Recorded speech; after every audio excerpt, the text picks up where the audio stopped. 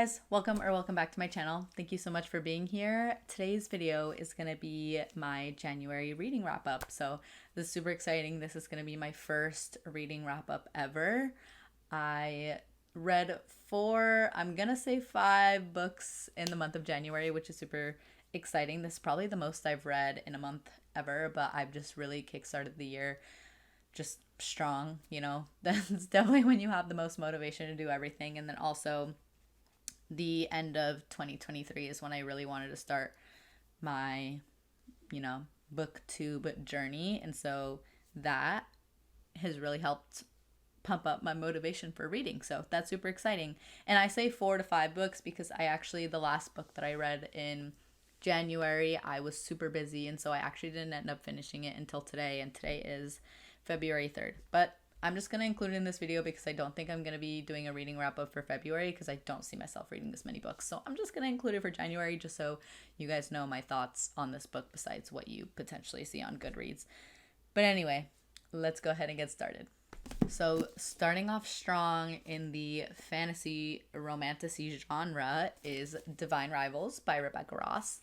This book and duology was super popular in 2023. This is a YA fantasy that has elements of magical realism, has rivals to lovers in it, lots of political aspects because there's a war going on in the background, some inspiration with Greek mythology and whatnot. So my thoughts on this book, I do have to say I definitely didn't love it as much as I know a lot of other people on BookTube did.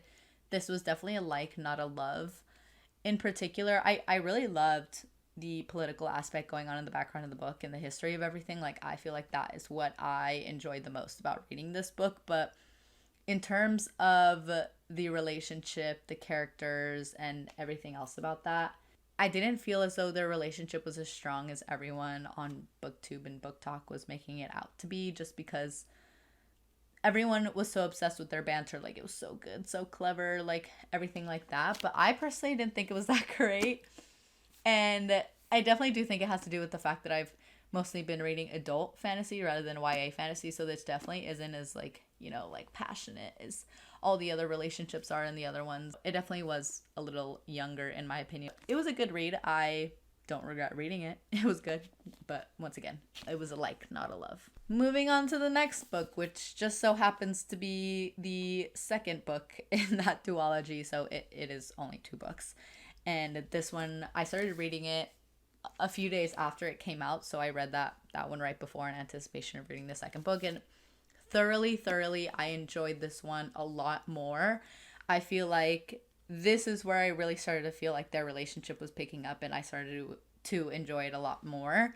And as I was mentioning previously with Divine Rivals, everything that was going on in the background just like picked up even more. Everything was going crazy. Like, so many characters were just, their true colors were showing, and it was really awesome just to get to see that and the ending and everything like that. So I really like this book as well. I think this one was more of like a 4-star rather than like a 3.5, like I did for Divine Rivals. So I liked it. And if you are at all interested in watching me read those books, I actually did a reading vlog for that. So that will be on my channel as well. Third book I read in January was Everything I Know About Love by Dolly Alderton. So this is a memoir by Dolly Alderton, of course, who is a award-winning author, screenwriter, and journalist based in London.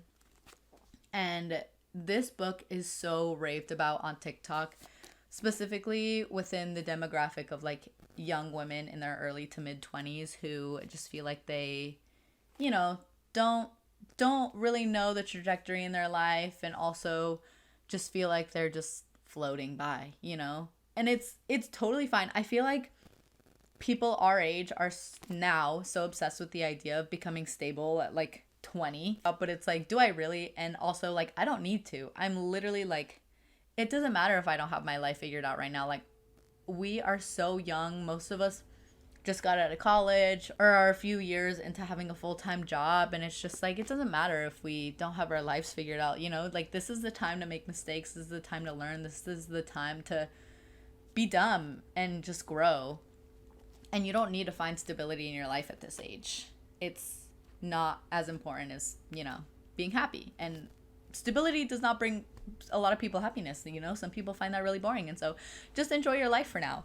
But like, I definitely think that there should be some trigger warnings on this book for specific parts and things that she experienced when she was, you know, in her early 20s, like in college and stuff. So I didn't love that.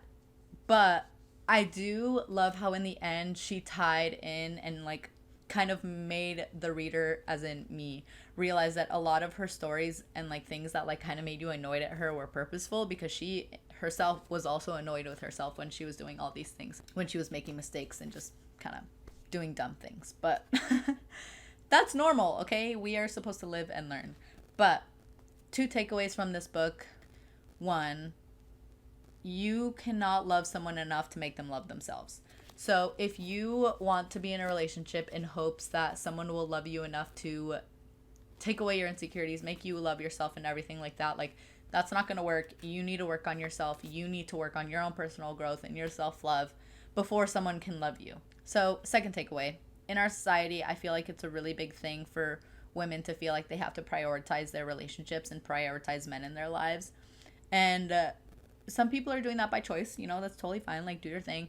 But also, you have to put time, effort, and love into your friendships, because at the end of the day, friends are going to be the ones who are there for you when, you know, sometimes there are inevitable breakups in your life, and that man that you thought you were going to end up with, you aren't going to end up with. And you know what? Your friends are going to be there no matter what, hopefully. So, yeah, I do love the premise of this book, like the entire idea. The execution definitely wasn't my favorite, but it was still between a, like, 3.75 to a 4.25 stars. 4th book I read in January was another memoir, and it was The Woman in Me by Britney Spears. I absolutely loved this book, and I actually did another reading blog. If you're interested, I was reading memoirs for a week. It was those 2 memoirs. And I totally recommend this book to anyone at all who is interested in just like the lives of celebrities. If you're a Britney fan, I'm a huge Britney fan. Like, I listen to her all the time. And it's so crazy because like now looking back at how much of a fan I am and like was of her, like listening to her music constantly and having no idea like what was going on behind the scenes of like certain songs, certain music videos, and also just like how she grew up and she was a child star and all the horrible things that kind of children in Hollywood go through, and then growing up in that is even more traumatizing. And it's crazy how much people that seem to love her and care about her were putting her through so much when, you know, she was just trying her best, and it's all really sad. So definitely warning, it is kind of sad and heart-wrenching, but it's honestly really nice to just find out what she really went through, how long her conservatorship was, when we literally had no idea up until the last like 2 years that she was going through it. So, and everything that Justin Timberlake put her through. Oh my God, Justin, you suck. But anyway, love Britney. I totally recommend. And last but not least, the last book I read on my Kindle actually, and I want to say thank you to Rob Keeley. He is an author who reached out to me just asking me if I could read one of his books and review. So thank you so much for reaching out to me. And so I read his first adult mystery novel. It is called Death at Friar's Inn, and it is a murder mystery. And the nice thing about it, to be honest, is that it's only like 110 pages or so. So it was a super quick read. If you look at my Goodreads, it actually took me a few days to read, but that does not at all have to do with the book at all or the pacing of it. It definitely just had to do with the fact that I was super busy and started feeling a little unmotivated towards the end of the month. But to be honest, I definitely see how it could be finished in one sitting, especially because it's so short. I would say I would rate it like a 2.25 out of 5 stars. Overall, I feel like the scene was set really well. The descriptiveness of everything just kind of like puts you in to the story, which is really nice. Like, it's super easy to imagine everything that's going on. And it's set in London, which is fun. I've never been to London, but you know, just imagining what it looks like from pictures I've seen was fun. The plot was surrounding students that were, you know, law students, and so I feel like I learned a bunch of things that I had no idea about in terms of just like law, litigation, terms in like law school and stuff. So it was kind of cool reading about that. I would say some things that I didn't love about the book. So, one thing that I felt was that the dialogue didn't feel super realistic to me, and some of the side characters didn't feel super realistic to me either. I felt like in some ways certain things were a little exaggerated that felt a little unnatural, but it was good either way. I enjoyed it. And I do have to say, I was surprised by the ending. 3.25 stars. I enjoyed reading it, so thank you, Rob, for reaching out to me. Thank you guys so much for watching this video. That is all the books that I read in January. I hope you enjoyed today's video. I definitely enjoyed reading all those books through the month of January. I will see you guys next time. Bye.